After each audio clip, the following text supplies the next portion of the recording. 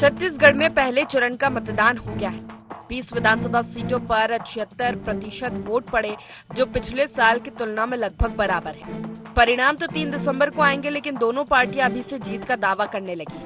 भाजपा ने पहले चरण के मतदान के बाद कार्यालय में आतिशबाजी कर जश्न मनाया और दावा किया कि नतीजे उनके पक्ष में आएंगे। वहीं दूसरी तरफ कांग्रेस इसे दिन में सपने देखने जैसा मान रही है। इस पूरे चुनाव अभियान में प्रथम चरण में जो बात देखने को आई, जनता के मन में भूपेश सरकार के प्रति जबरदस्त आक्रोश है और जो बेसिक सर्वे है वो बड़ा साफ भारतीय जनता पार्टी के चुनाव अभियान को बेहद उत्साहजनक। भारतीय जनता पार्टी 20 सीटों में 15 से 18 सीट पर जीतने की स्थिति में आज भारतीय जनता पार्टी है। राजनांदगांव में भी आपने देखा कि कितनी जो पूर्व मुख्यमंत्री रहे उनको घर घर दर दर जाकर वोट मांगने की नौबत आई।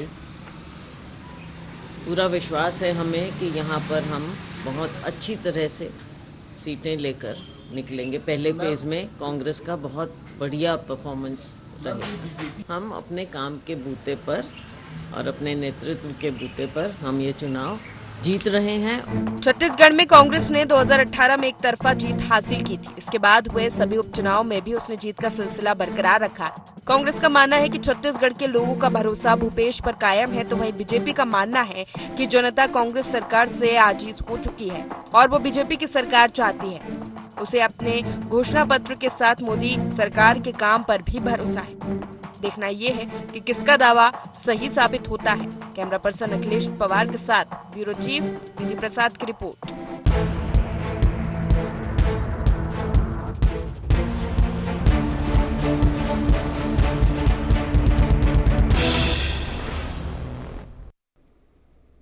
नमस्कार, जय जोहार गुहार। छत्तीसगढ़ में आप सभी का स्वागत है। मैं हूं आपके साथ दिव्यांश जोशी। चर्चा को विस्तार देंगे, लेकिन उससे पहले जान लेते हैं क्या हैं आज के गुहार पॉइंट्स।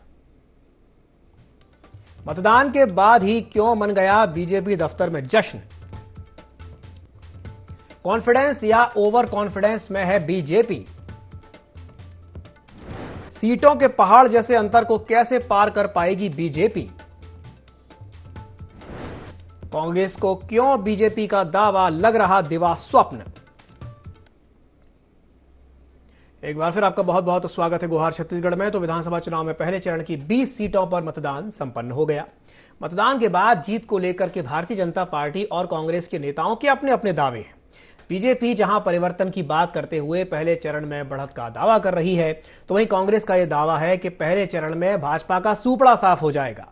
तो इसी विषय को लेकर के आज हम चर्चा करेंगे और चर्चा करने के लिए हमारे साथ 3 खास मेहमान जुड़ रहे हैं। हमारे साथ चर्चा में जुड़ रही हैं वंदना राजपूत जी, जो कि कांग्रेस प्रवक्ता हैं। वंदना जी, बहुत बहुत स्वागत है आपका IND24 में। हमारे साथ जुड़ रही हैं लक्ष्मी वर्मा जी, जो कि बीजेपी प्रवक्ता हैं। लक्ष्मी जी, आपका भी बहुत बहुत स्वागत है। साथ ही साथ हमारे साथ जुड़ रहे हैं के शर्मा जी, जो कि वरिष्ठ पत्रकार हैं। सर, आपका भी बहुत बहुत स्वागत है IND24 में। सबसे पहले मैं शुरुआत करना चाहूंगा वंदना जी से। वंदना जी, अभी तो नतीजे भी नहीं आए हैं, लेकिन वहां तो जश्न मन गया, क्या कहेंगी? देखिए, इन लोगों को मालूम है कि जब 90 विधानसभा सीट के जब नतीजे सामने आएंगे तो जश्न मनाने की नौबत नहीं आएगी। तो हम इस जश्न को क्यों ना पहले ही मना ले, और इसीलिए लगता है कि मेरे को भारतीय जनता पार्टी है जो जश्न मना रही है। खैर, मुंगेरी लाल सपना देख सकता है। सपने देखने में मोदी जी ने कोई टैक्स नहीं लगाया है, इसके लिए मोदी जी के लिए बहुत बहुत धन्यवाद जी। और भारतीय जनता पार्टी जिस हिसाब से सपना देख रही है, उसके सपने टूट जाएंगे बहुत ही जल्द, क्योंकि अभी 17 नवंबर को जो 70 विधानसभा में चुनाव होने वाले हैं, और 70 विधानसभा में भी उन लोगों को पता चल जाएगा कि उन लोगों का सुपड़ा साफ होने वाला है। और वर्तमान में जो 20 विधानसभा में जो चुनाव हुए हैं, तो उसमें तो हमको तो 20 सीट में जो मतदान हुए हैं उसमें तो साफ पता चल रहा है कि बीजेपी का सुपड़ा साफ हो रहा है। और रही बात अगर राजनांदगांव की सीट की बात करते हैं, जिसमें लगातार डॉक्टर रमन सिंह ने उस राजनांदगांव में अपने उसको अधिकार के तौर पर उस सीट को सुरक्षित रखा हुआ था, उस सीट से भी उन लोग हाथ धोने वाले हैं। ये पूरा गारंटी है इस चीज का। और दूसरी बात है, हम ये बात इसलिए बोल रहे हैं कि पिछले 5 साल में हम जनता के बीच में जाकर के काम किए हैं। अगर 20 सीट में जब चुनाव हुआ तो लोगों के मन में ये बात आई कि पिछले 15 साल में डॉक्टर रमन सिंह भाजपा की सरकार कभी जनता के बीच में नहीं गई। बस्तर की बात करते हैं, बस्तर के जो आदिवासी क्षेत्र है, पहले लोग भयानक मतलब तनावपूर्ण जिंदगी जीते थे। कभी नक्सली के डर का कारण बना रहता था, तो कभी यहाँ जो जवान तैनात रहते थे उनके डर और धमकी से उन लोग त्रस्त खाते थे। लेकिन जब से कांग्रेस की सरकार बनी है, तब से उन लोग जिंदगी का जो जीवन यापन कर रहे हैं बहुत सुखद पूर्ण कर रहे हैं। क्योंकि हम वहां पर अगर बस्तर की बात करते हैं, बस्तर में आप देखेंगे चमचमाती हुई आपको सड़कें नजर आएगी। बस्तर में कांग्रेस सरकार के आने बाद चमचमाती हुई आपको वहां पे अस्पताल नजर आएगी।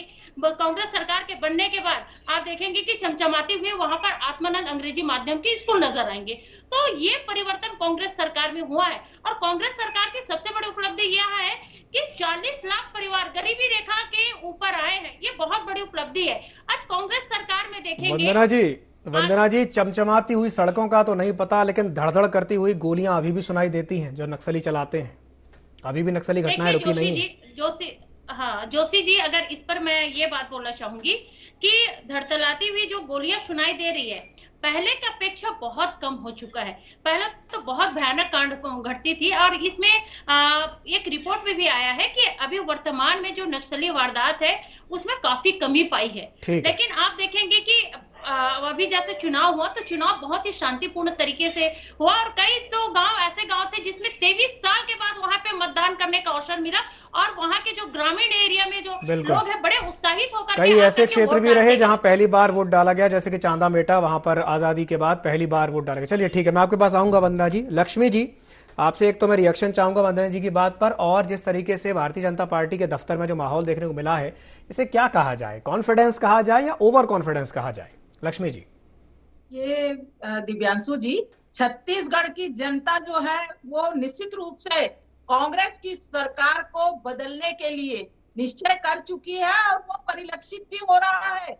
वंदना जी बड़ी बड़ी बात कर रही थी अभी कि कांग्रेस की सरकार जो छत्तीसगढ़ में भ्रष्टाचारी सरकार के रूप में साबित हुई है, महादेव सट्टा है जैसे जो सट्टा है वो आम नौजवान को, आम जो बच्चे हैं उनको बिगाड़ कर छत्तीसगढ़ में विकास की बात कर रही है।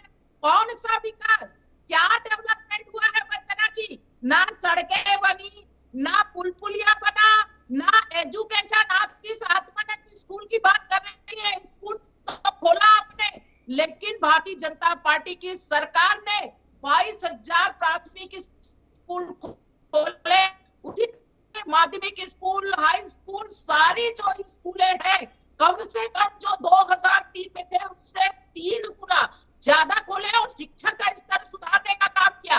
आज छत्तीसगढ़ शिक्षा में 26वें नंबर पे है।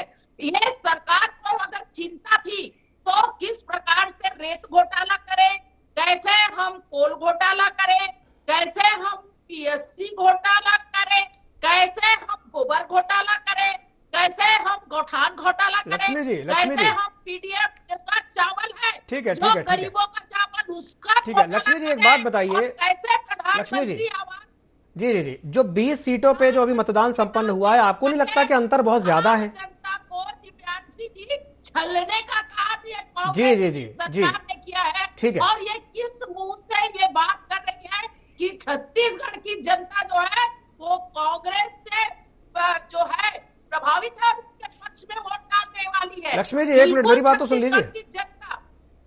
लक्ष्मी जी, जो अंतर है सीटों का वो बहुत ज्यादा है, 20 में से 19 सीटें कांग्रेस के पास हैं। आपको नहीं लगता कि बहुत मुश्किल है भारतीय जनता पार्टी के लिए? देखिए दिव्यांशु जी, ये जनता जो है और लोकतंत्र का ये पर्व है, उसको उन्होंने 5 साल तक के जो सरकार को पहले 2018 में बनाए, क्योंकि कहीं ना कहीं उनको लगता था कि चलो ये 15 साल है, हम एक कार्यकाल ये कांग्रेस की सरकार को भी देख लें। 60 साल तक पहले भी देखा था, और 3 साल छत्तीसगढ़ अलग बनने के बाद में जोगी जी का कार्यकाल देखा था, और उससे कई गुना इस छत्तीसगढ़ में आज जो गुंडागर्दी और तानाशाही हुई है, ये आम जनता जो है वो देख रही है।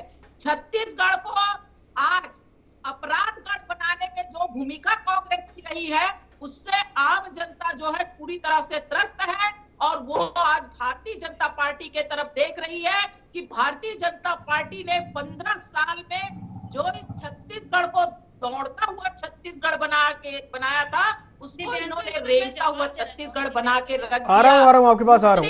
जी। आज ये छत्तीसगढ़ में हम आज आप जो गरीब किसान है, जिनके लिए हमने पहले भी काम किया, अगर बिना ब्याज के ऋण देने का काम छत्तीसगढ़ में किया किसी ने, तो भारतीय जनता पार्टी की सरकार ने किया। और आज उन किसानों का जो बकाया बोनस है, उनके साथ में हम किसानों के 20 कुंटल धान और 3100 रुपया की दर से खरीदने का हमने वादा भी किया है और समयबद्ध तरीके से पेमेंट करने की बात की है। चलिए ठीक है। मैं वंदना जी आपके पास आऊंगा, लक्ष्मी जी आपके पास भी आऊंगा। जी ठीक है, मैं आपके पास आऊंगा, वंदना जी आपके पास आऊंगा, लेकिन एक छोटा सा रिएक्शन पहले के शर्मा जी के पास में जाना चाहूंगा, उनसे ले लेता हूं। शर्मा जी, क्या कहा जाए इसे, बीजेपी का कॉन्फिडेंस या ओवर कॉन्फिडेंस, में आपसे जानना चाहूंगा, बताइए। देखिए, दोनों ही तरफ से आत्मविश्वास जरूरी है। यदि सफलता, बिना आत्मविश्वास से कोई भी व्यक्ति सफलता नहीं प्राप्त कर सकता। ये राजनीतिक दल है। तो अभी 70 सीटें बाकी है, 20 का ही मतदान हुआ है, जिसमें 40,78,000 लोग मतदान किए हैं। और ये कठिन सीटें थी, जो नक्सल प्रभावित क्षेत्र था, जहां प्रशासन की मेहनत और चुनाव आयोग का प्रयास दिखाई देता है कि 126 नए मतदान केंद्र स्थापित करना। जैसे आपने बताया कि पहली बार लोग मतदान करने गए हैं, जहां 96% तक मतदान के जानकारी बूथों में आ रही है, ये एक बड़ी बात है। इसके साथ ही जो आप देखेंगे कि इस क्षेत्र में लेकर के नए प्रत्याशी लेकर जो भाजपा मैदान में आई कि 4 पूर्व मंत्रियों को छोड़ दे तो 8 नए प्रत्याशी, उसी तरह कांग्रेस ने भी 5 विधायकों की टिकट यहाँ पे काटी, तो कुल मिलाकर के 4 नए लोगों को कांग्रेस ने भी टिकट दी है। तो ये कहना है कि यहाँ पे प्रत्याशी के साथ साथ मुद्दों पर आधारित पहली बार जो है कि पिछले समय जो जन घोषणा पत्र, कांग्रेस के मजबूत जन घोषणा पत्र के आधार पर 68 सीटें जीत कर आई थी, तो इस बार भाजपा ने पूरी तरह टक्कर देते हुए वहां किसानों के मामले में, आदिवासियों के मामले में एक मजबूत घोषणा पत्र उनका भी सामने आया। तो मुद्दों के, लेकिन ये घोषणा पत्र आदिवासी दूरस्थ क्षेत्रों में कितना पहुंचा है, ये भी एक सवाल है, क्योंकि 5 तारीख को वो कांग्रेस का और 3 तारीख को जो है बीजेपी का घोषणा पत्र जारी हुआ है। अब इन क्षेत्रों में, वनवासी क्षेत्रों में जो उत्साह दिख रही, विकास की ललक दिख रही, तो यहाँ निश्चित रूप से मूलभूत सुविधाओं का अभाव है। दूरस्थ क्षेत्रों में आप बड़ी बड़ी बातें भले कर ले, लेकिन आवास की यहाँ भी समस्या है। लोग जो है पीने के पानी की यहाँ एक बड़ी समस्या है। और 2 साल में यदि आज रवि किशन जी कहते हैं कि छत्तीसगढ़ में हम 2 साल के भीतर पेयजल हर घर में पहुंचा देंगे, तो बस्तर जैसे क्षेत्र में यदि ये कहीं हो जाए ये सफलता, तो किसी आश्चर्य से कम नहीं होगा। दूरस्थ क्षेत्र में फैला हुआ क्षेत्र है, मणिपुर जितना बड़ा तो हमारा बस्तर है, उसमें यदि पेयजल के साथ साथ शिक्षा, स्वास्थ्य, तमाम सुविधाओं को लेकर लोगों में एक विकास की जो ललक दिखाई दी, जो मतदान के माध्यम से सामने आया है, तो इसको रिजल्ट को वास्तव में देखेंगे। निश्चित रूप से एक ही सीट अभी रमन सिंह वहां से विधायक हैं 20 में से, तो लेकिन भाजपा ने जिस तरह से मोदी की चेहरा, लोकप्रियता और लगातार बस्तर पर चाहे प्रभारी, इनके भाजपा के प्रभारी, चाहे पहले पुरंदेश्वरी जी की बात करें, ओम माथुर के, लगातार वहां पे जिस तरह से कैंप किया है, तो उसका परिणाम यदि देखना है तो निश्चित रूप से भाजपा के कहीं ना कहीं सुधार होगा, क्योंकि 12-0 की स्थिति बस्तर में, एक टोटल तो बात भी करें तो 20 में से 1 केवल भाजपा है। तो कांग्रेस के पास बहुत कुछ सीटें हैं और देखना है कि वो कितना खो पाती है और भाजपा कितना अपना सफलता उसमें प्राप्त कर सकती है। जी, बिल्कुल आपने सही कहा। कांग्रेस को डिफेंसिव मोड में होकर के खेलना पड़ेगा, क्योंकि उनको अपनी सीटें बचानी है, लेकिन भाजपा को एग्रेसिव होना पड़ेगा, क्योंकि उनको सीटें लानी है। वंदना जी के पास में जाना चाहूंगा। वंदना जी, शर्मा जी ने अभी थोड़ी देर पहले एक बात कही थी, आपने जो बात आपने कही थी कि चमचमाती हुई सड़कें दिख रही हैं, बहुत कुछ अच्छा दिख रहा है, लेकिन उन्होंने एक बेसिक समस्या की ओर इशारा किया, वो है पीने का पानी। बस्तर में आज भी फ्लोराइड युक्त लाल पानी बड़ी समस्या है और ये समस्या अभी तक सॉल्व नहीं हो पाई है। रवि किशन भले ये बात कहते हैं, जो बात अभी के शर्मा जी कह रहे थे कि घर घर तक नल पहुंचा देंगे, लेकिन अगर ऐसा कर पाए तो ये अपने आप में किसी चमत्कार से कम नहीं होगा। वंदना जी, आपका रिएक्शन चाहूंगा इस पर।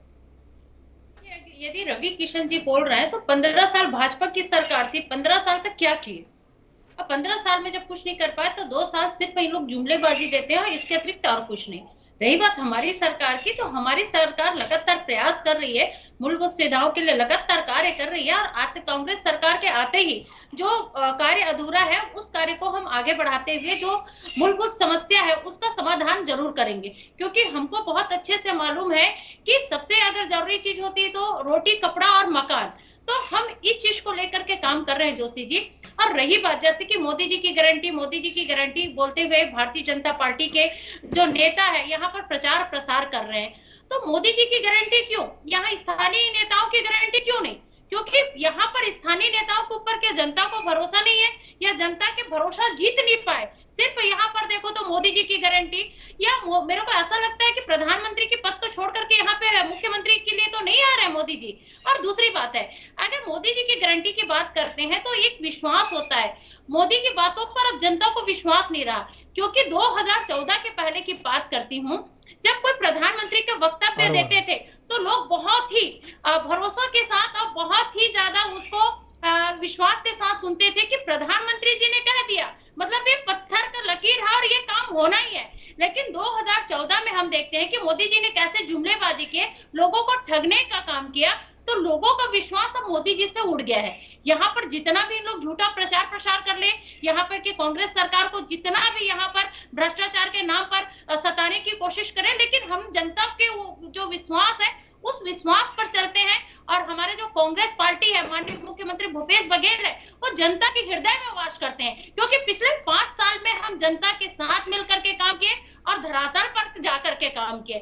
यदि मैं बात करती हूँ किसानों की, 15 साल में किसानों की क्या स्थिति थी, अभी डबल इंजन की सरकार में किसानों की क्या स्थिति है। लेकिन आप छत्तीसगढ़ आकर के देखिए, किसानों के चेहरे पर खुशी है, किसान यहाँ सशक्त हो रहे हैं। और दूसरी बात, यदि आदिवासी इलाका की बात करती हूँ, आज आदिवासी जो एरिया है वहां पे आप लोगों की जो देखिए इनकम बढ़ गई है।